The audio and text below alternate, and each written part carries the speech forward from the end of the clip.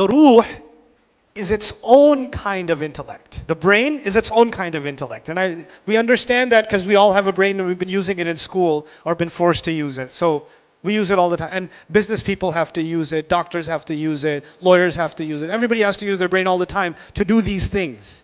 Right? And in life you have to analyze, problem identify, find solutions. But the ruh has a different kind of intellect. We'll call it a spiritual intellect. The Quran describes the ruh's intellect as the heart. So when people don't use their spiritual intellect, Allah says they have hearts they don't understand with them. Quran is not talking about the physical heart.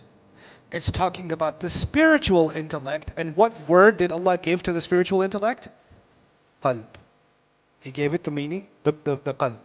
And when people stop using their spiritual intellect, he says their hearts have become hard. Or he says their hearts are covered, they're not using them. Or their hearts are even dead. He even says in this Quran there's a real reminder for someone who actually has a heart. You could be like, what is that? Everybody has a heart. Yeah, but some people have abandoned their spiritual intellect. They've abandoned their other heart. The spiritual heart is also analyzing. But it's not analyzing for food, and it's not analyzing for shelter or clothing or more money. It's not analyzing for that.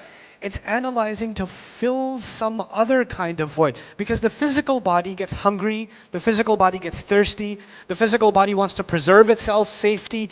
Those are all needs of the physical body and the physical mind. But the spiritual heart is looking for spiritual food. So you're going to go have the best food with your friends, and you had a great time, but you're feeling an emptiness inside.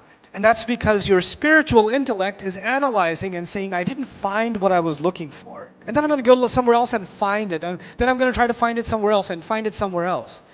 You guys should look up Abdullah Rothman, his story. Listen to his story. I'll tell you a brief synopsis of his story. He comes from a family of great psychologists and pioneers in psychology.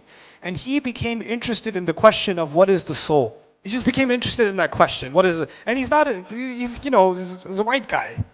And he doesn't come from a religious background at all. And he wants to understand the soul. So he says, okay, I'm going to look at psychology last. I'm going to look around the world for what people say about this thing they call the soul. So he spends time in a Hindu temple, living with a pandit, dressing like them, eating like them, like the whole 9 yards for a while, a year or more. Then he goes to some shaman in Jamaica and lives in the woods and fishes with a spear and lives among them. Then he spends time in like a Jewish seminary and he spends time in the church and he all over. Like he didn't just go study this stuff. He wanted to get into their spiritual practices, their culture, wanted to understand it from the inside. And he was kind of all done with everything. And he came back to do his master's in psychology.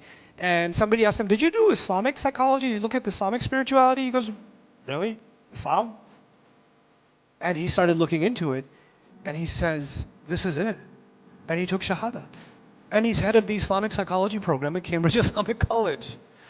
You know, he studied under a sheikh in Sudan. He got married in Sudan. And mashallah, studied Arabic, studied psychology in depth. And just because of the analysis of the ruh, the al-wahi, is something inside him seeking. This is something Allah gave inside every human being.